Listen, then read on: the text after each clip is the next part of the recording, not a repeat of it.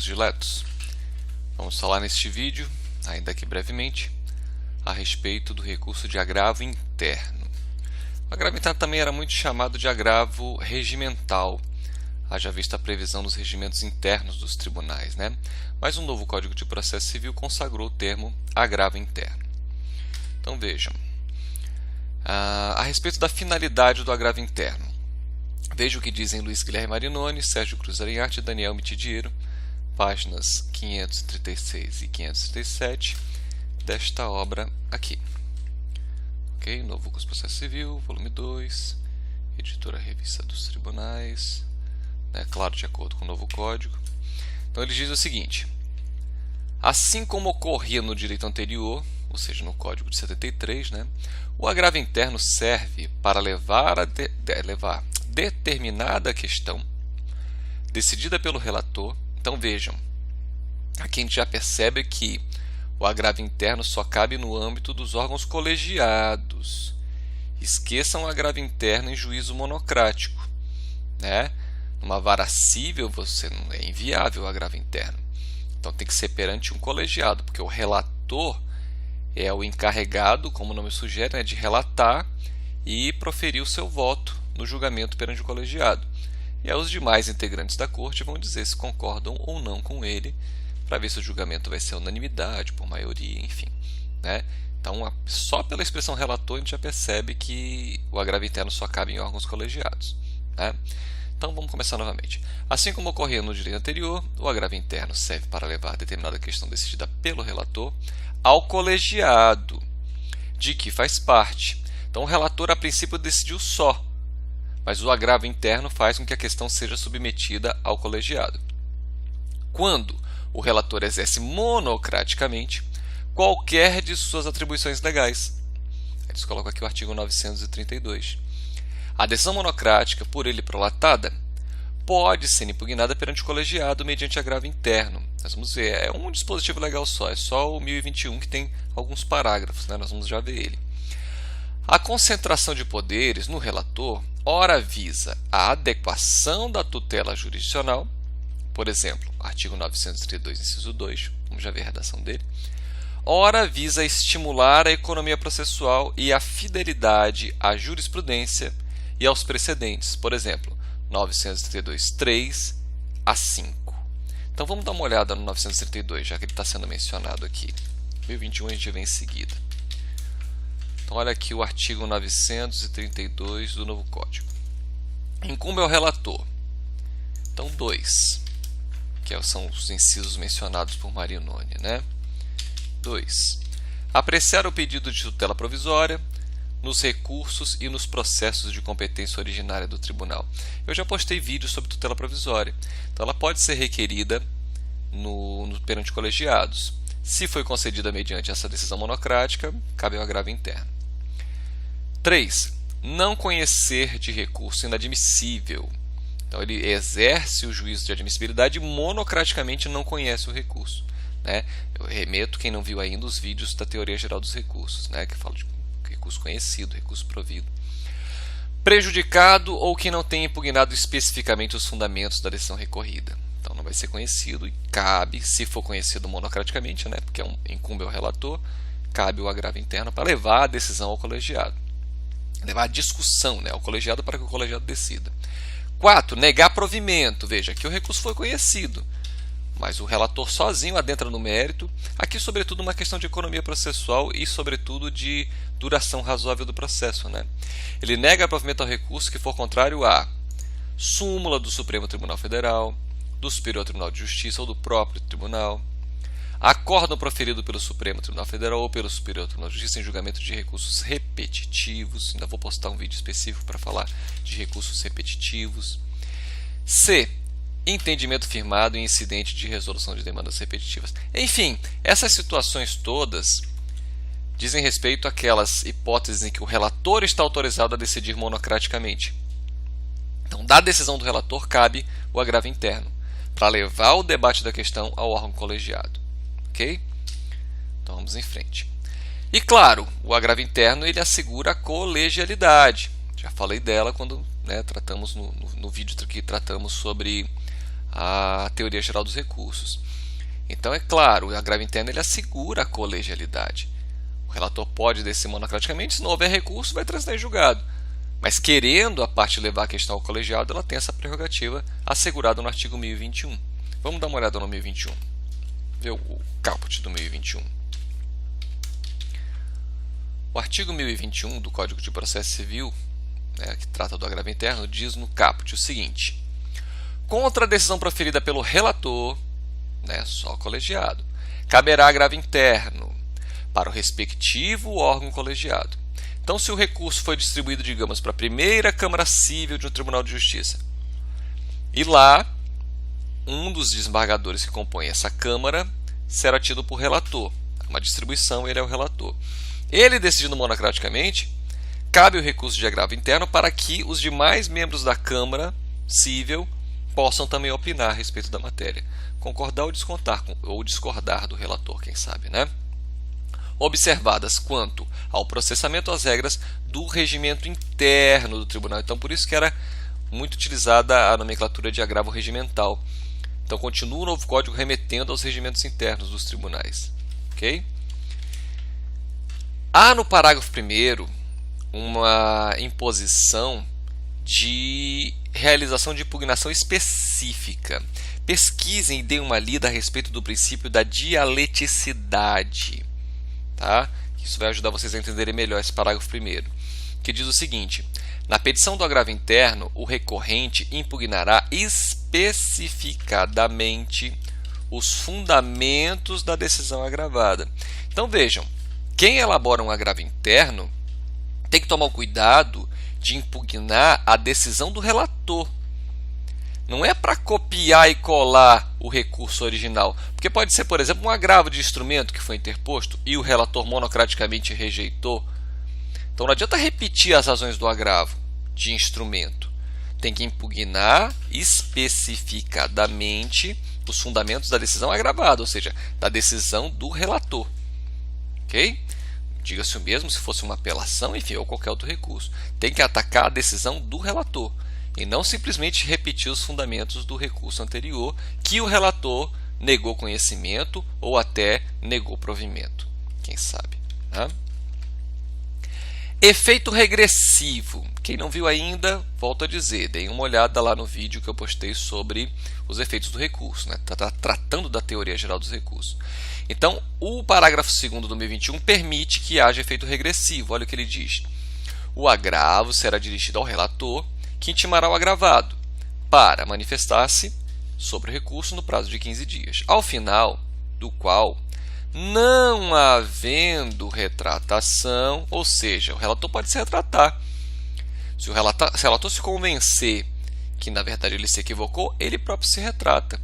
E aí vai preparar voto e vai levar o recurso originário para julgamento no colegiado. Agora, se não houver retratação, o relator levá-lo-á, vai levar o agravo interno a julgamento pelo órgão colegiado com inclusão em pauta. Mas, portanto, é permitido o efeito regressivo no agravo interno. Vamos em frente. Esse ponto é muito importante. A relevância do agravo interno, a necessidade de esgotamento da instância ordinária, e esse é o pensamento do Superior Tribunal de Justiça e pouco provável que vá mudar. É improvável, aliás, que vá mudar esse entendimento do STJ, até porque isso já foi decidido em julgamento de recursos repetitivos, ainda na vigência do Código Revogado, esse 543C do Código de 73. Então, houve recurso especial representativo de controvérsia, ou seja, uma decisão paradigma, que serve para todos os demais casos idênticos. Então, eles destacam aqui, eu coloquei em vermelho para ficar evidente para vocês. Necessidade de julgamento colegiado para esgotamento da instância ordinária.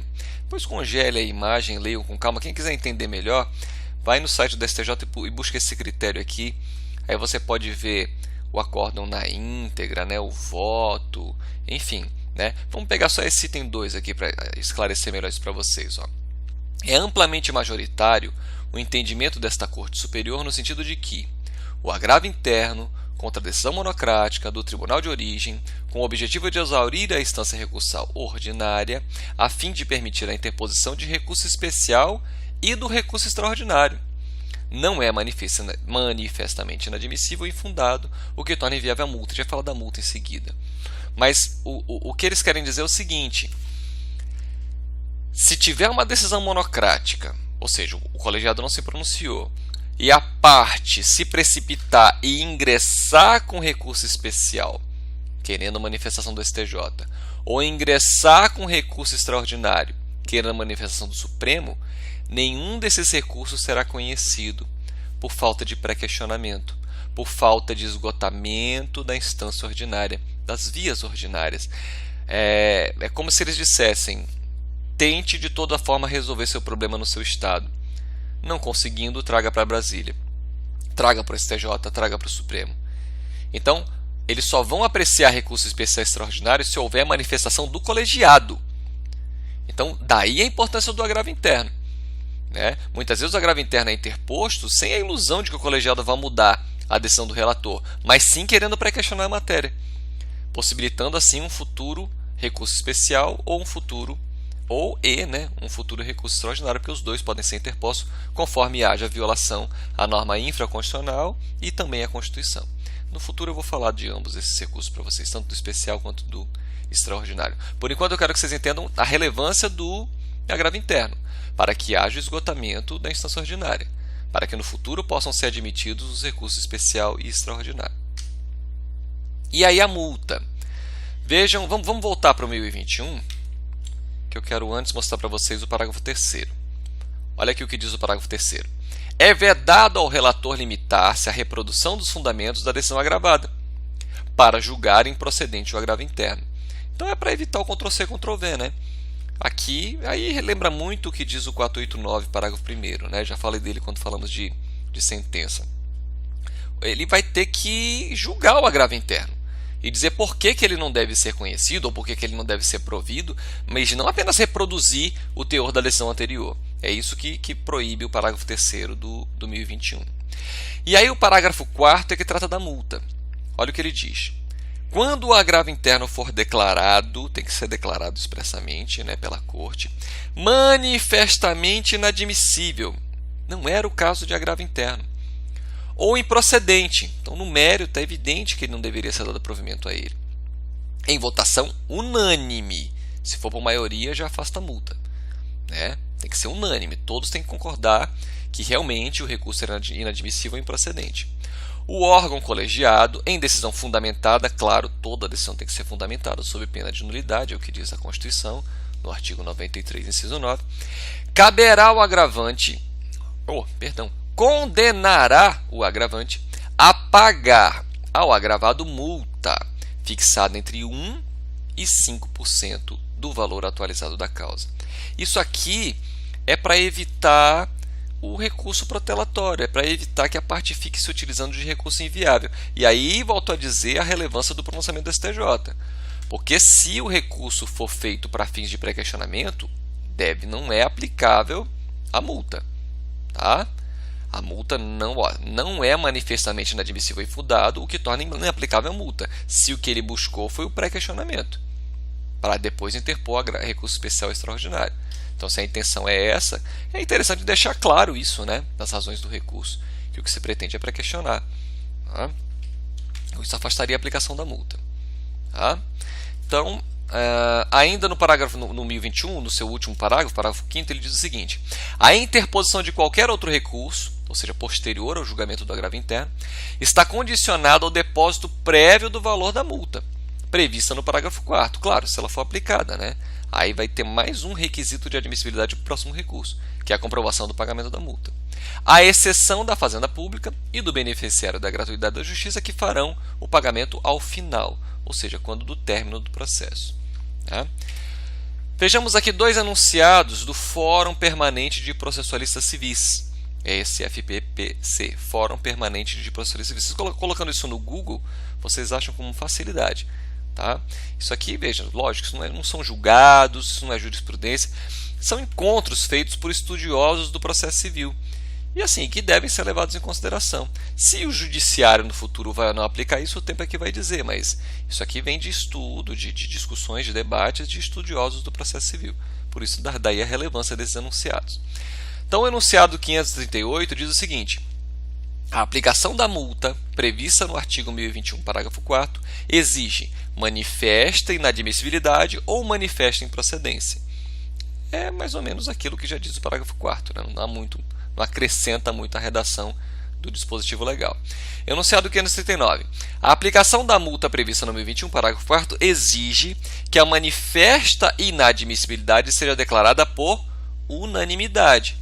E é exatamente o que diz o parágrafo 4º, né? Se a gente olhar com atenção, ele diz: quando o agravo interno for manifestamente inadmissível, improcedente, em votação unânime, o órgão colegiado, em decisão, etc. e tal. Então, não acrescenta muito aqui os enunciados 538 e 539, mas enfim, são enunciados que tratam da interpretação aqui do 1021, parágrafo 4º. Meio que reproduzem a letra da lei, né? Fungibilidade. Eu vou voltar a falar melhor desse tema no próximo vídeo que eu vou postar, que vai ser o vídeo relativo a embargos de declaração. Mas deixa eu só mostrar rapidamente para vocês aqui o que diz o parágrafo 3º do artigo 1024. Vamos a ele.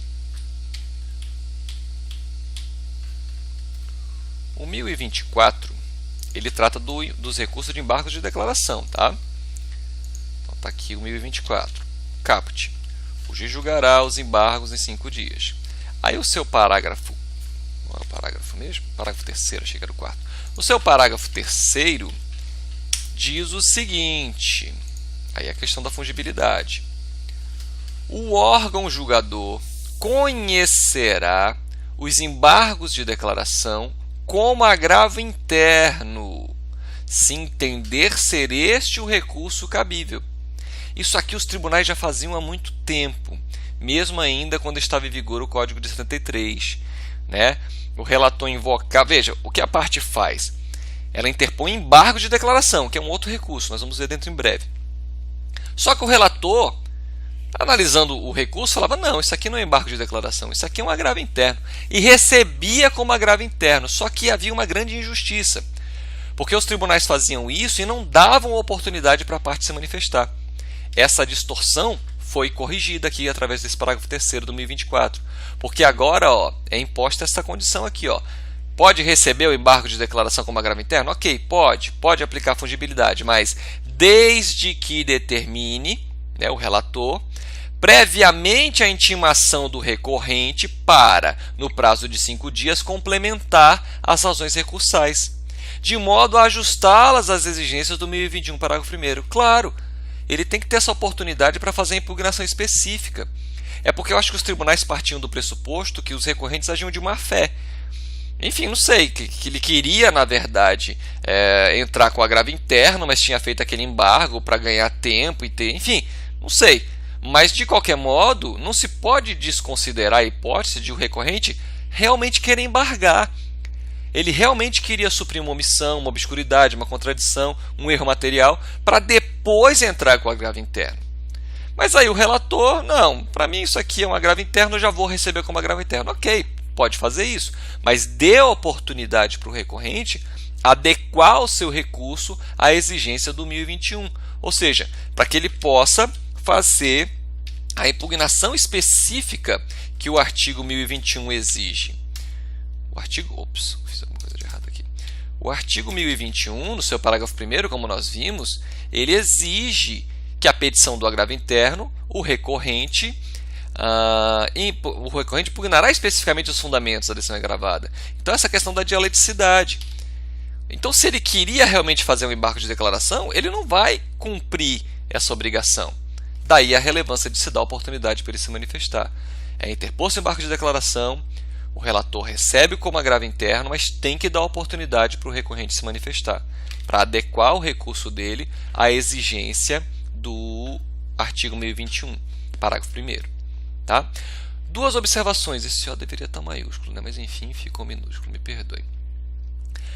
Observação número 1. Sustentação oral. Vejam, aqui eu ouso dizer que é um pequeno lapso na obra do Marinoni. Nessa obra, o Marinoni, Sérgio Cruz Andrade e Daniel Mitireiro, eles tem edições mais atualizadas, com certeza isso há de ser corrigido, se é que já não foi, mas lá eles dizem que não cabe sustentação oral no agravo interno. não atentaram para a redação do 937, parágrafo 3º. Vamos a ele. O 937, parágrafo 3º, ele possibilita a sustentação oral no agravo interno, nessas situações específicas aqui, tá? Não é para pensar também que sempre vai caber, não. Eu particularmente acho que deveria ter sustentação oral em qualquer situação. Eu penso assim. Por quê? Porque se a gente parte do pressuposto que a Constituição consagra o princípio da ampla defesa, que história é essa de restringir sustentação oral? Né? Eu, em começo de carreira, acho que eu já comentei isso em outros vídeos, mas eu, em começo de carreira, quis fazer uma sustentação oral e o relator do recurso quis me impedir, dizendo que o regimento interno do tribunal não permitia. Só que o presidente da sessão, o presidente da Câmara, ele fez essa consideração na época, dizendo, isso já faz tempo, 1996 por aí. Na época ele disse, olha, não, se nós pensarmos que a Constituição consagra a ampla defesa, como é que a gente vai cercear o direito do advogado fazer a sustentação oral? Não pode falar assim. E foi permitido. E eu fiz a sustentação oral. Mas enfim, prova, OAB, concurso, questões objetivas, sigam a letra da lei, né? A melhor forma. Então, segundo a letra da lei, não é em qualquer situação que pode haver sustentação oral no agravo interno. Mas o 937, parágrafo 3º, permite, nos processos de competência originária previstos no inciso 6, caberá a sustentação oral no agravo interno, interposto contra a decisão de relator que o extinga. Então, não cabe sustentação oral no agravo interno? Cabe sim. Está aqui o 937, parágrafo 3º, que permite.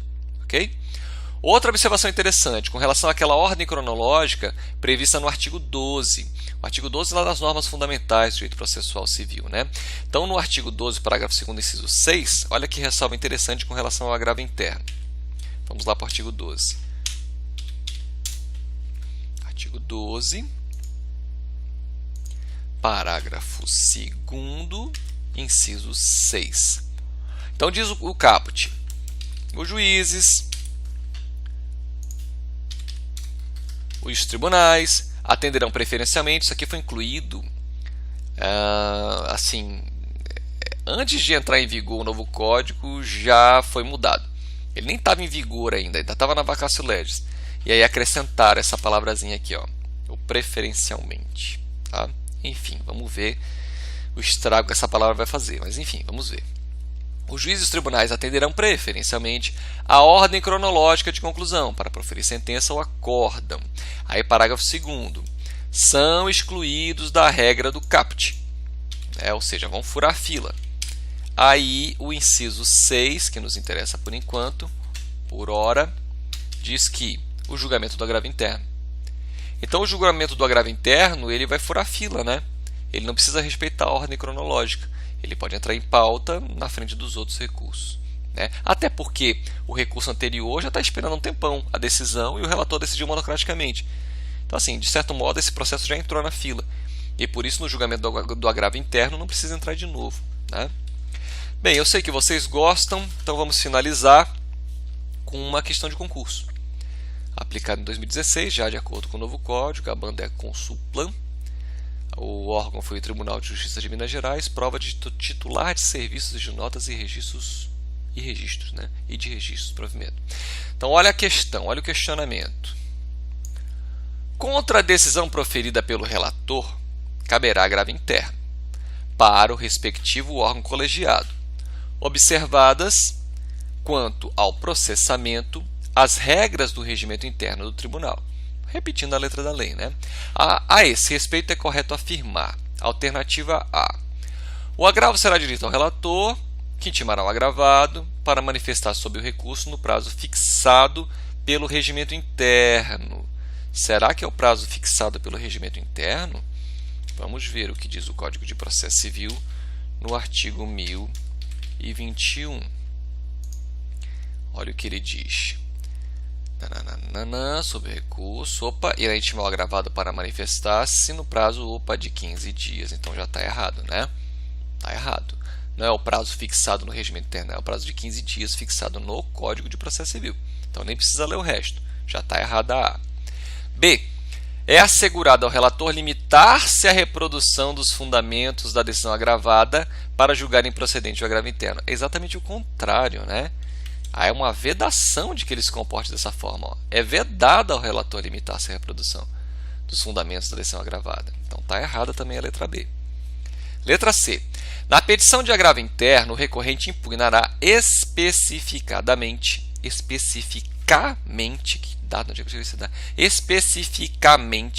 os fundamentos da decisão agravada. Isso é correto. Isso está exatamente de acordo com 1021, parágrafo 1º, né? É a questão da dialeticidade. Na petição de agravo interno, o recorrente impugnará especificar. Aqui está dá. Daí que eu tirei o dá. Especificadamente, a letra da lei. Aqui engoliram o dá, né? Isso aqui é Ctrl+C, Ctrl+V também. A gente não foi eu que escrevi, não. Mas, enfim, apesar de ter comido aqui uma sílaba, né? Mas é a letra C. A letra C está correta. Letra D. Os mais entendidos em língua portuguesa me digam aí qual grafia que está certa, se é da questão ou se é da letra da lei. Eu penso que seja da lei, mas enfim. Letra D. Vamos achar o erro dela. Quando o agravo interno for declarado manifestamente inadmissível ou improcedente em votação unânime, o órgão colegiado, em decisão fundamentada, condenará o agravante a pagar ao agravado multa, fixada entre 1% e 10%. Aqui certamente é o percentual. Eu não gosto de questão assim que exige que decorar, enfim.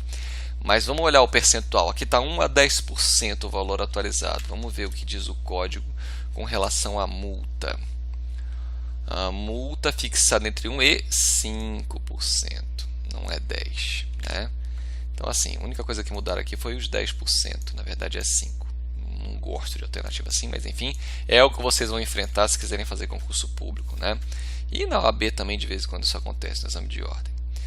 Minha gente, lembro sempre, isso é uma apertada síntese sobre o tema, é mais para despertar o interesse de vocês sobre o assunto.